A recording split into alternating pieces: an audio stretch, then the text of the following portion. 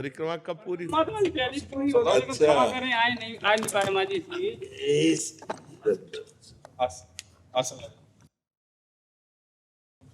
गोरेदाव की मानती है। हाँ, गोरेदाव जी महाराज की मानती है, महाराज जी प्रभु जी आप विराज थोड़ा जय हो जय हो जय।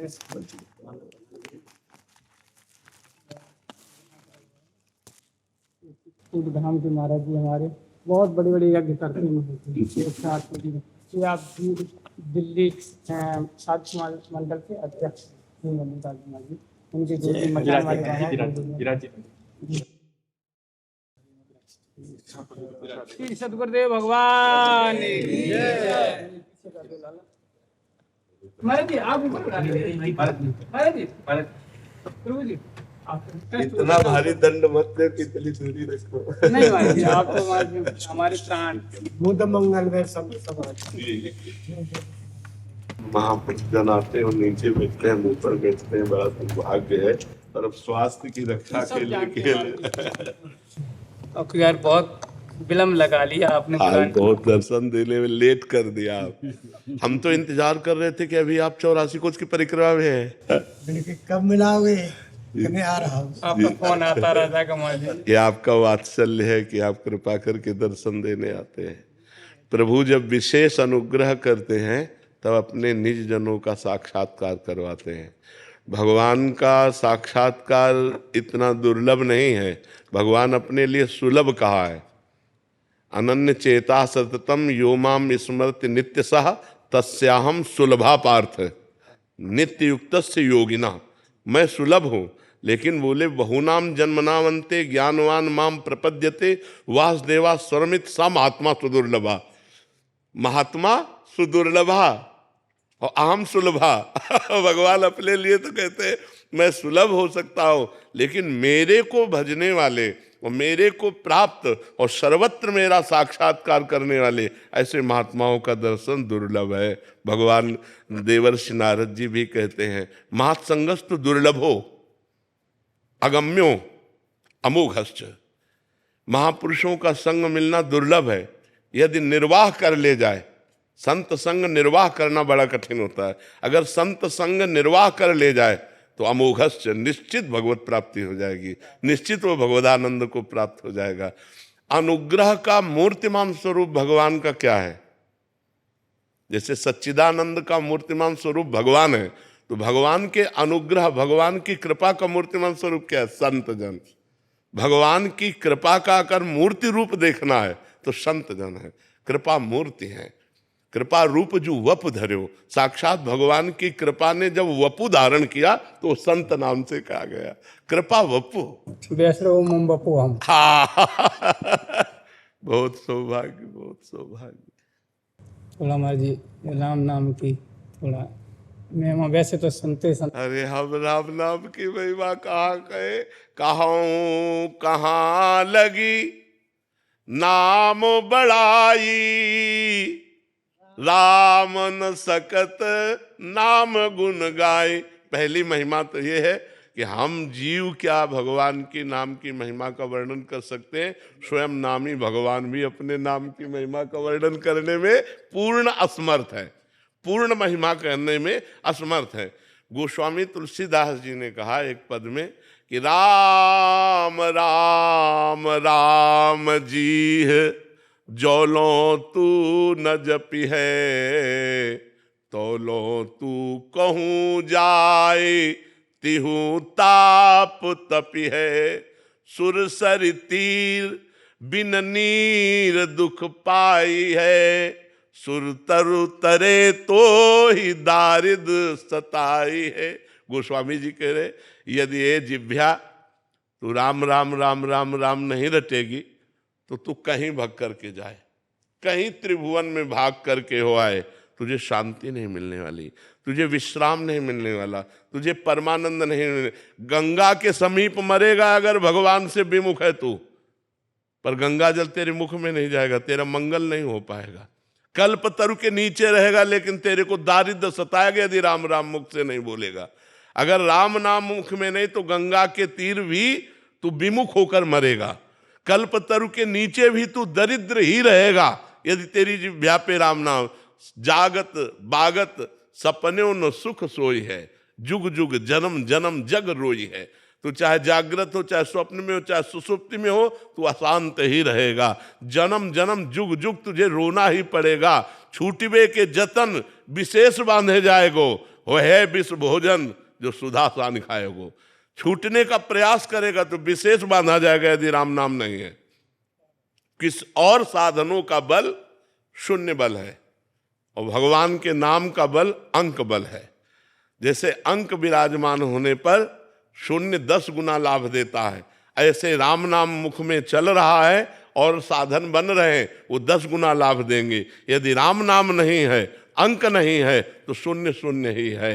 भगवान ने स्वयं कहा, व्रतांश यज्ञ छंदांश तीर्था नियमा यमा, इनके द्वारा मैं वशीभूत नहीं होता। बड़े बड़े व्रत, बड़े बड़े नियम, बड़े बड़े तीर्थ, बड़े बड़े यम, इनके द्वारा नहीं होता। यदि साधु समाज मिल जाए, भगवान ने कहा वो साधु समाज सब संगों का त्याग करवा के भगवान के नाम में प्रीति करवा देती है।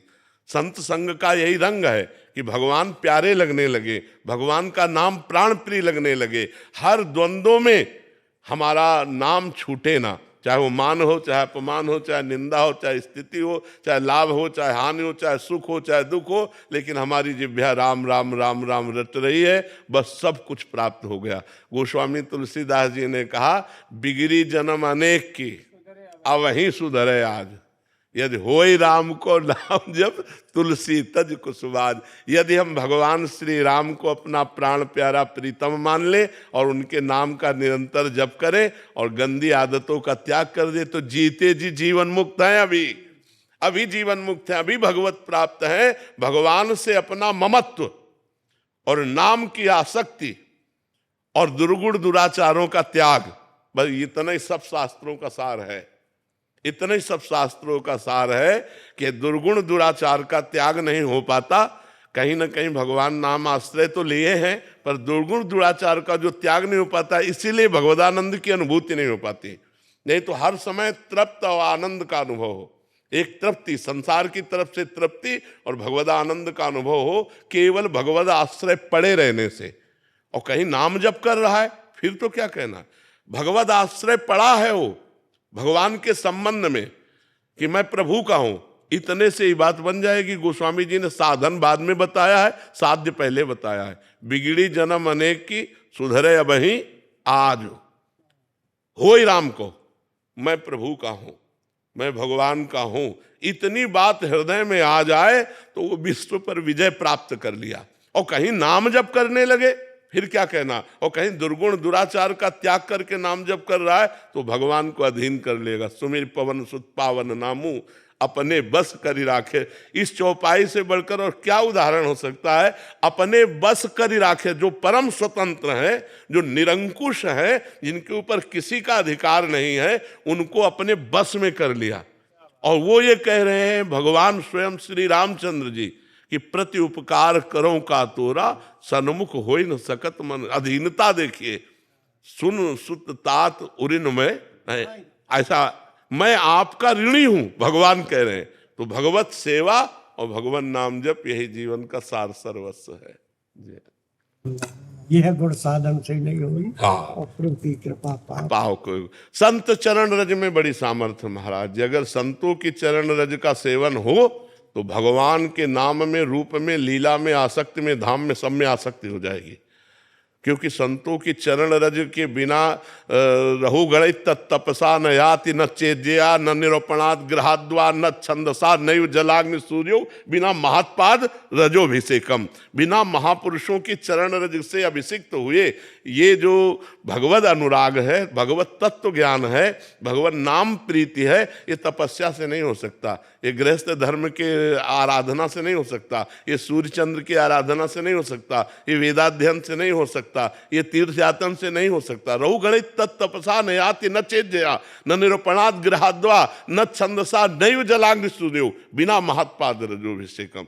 बिना महापुरुषों के चरण रज, तो संतों के चरण रज में लोटे, उनकी जूठन खाए तो अपने आप सब बात बन जाएगी। देवर्षि नारद जी का अनुभव, जब वो 4 महीने संतों की सेवा में रहेला और उनकी जूठन पाई ना, तो अगला जन्म देवर्षि नारद का हुआ, सिद्ध महापुरुष हो गए। कुमार जी महापुरुष की चढ़ रज बताया और जैसे भेष मात्र की भी? हमें तो लगता है भेष मात्र को ही महापुरुष मान लेना चाहिए। अगर भेष मात्र में कहीं संशय करेगा तो वो महापुरुषों में भी संशय कर लेगा। शालिग्राम की बटिया चाहे छोटी हो चाहे बड़ी हो, आज चाहे विराजमान की गई चाहे 1000 वर्ष पहले पूजल होता है और शालिग्राम शालिग्राम है। ऐसे वैष्णव मूर्ति है। मात्र आपकी निंदा करेंगे तुम कैसे उन पर? अगर वो निंदा कर रहे हैं तो हमको देखना चाहिए कि क्या निंदा वाले दोष हम में हैं। अगर नहीं है तो भगवान हमारी परीक्षा ले रहे हैं, हमको सहन करना चाहिए।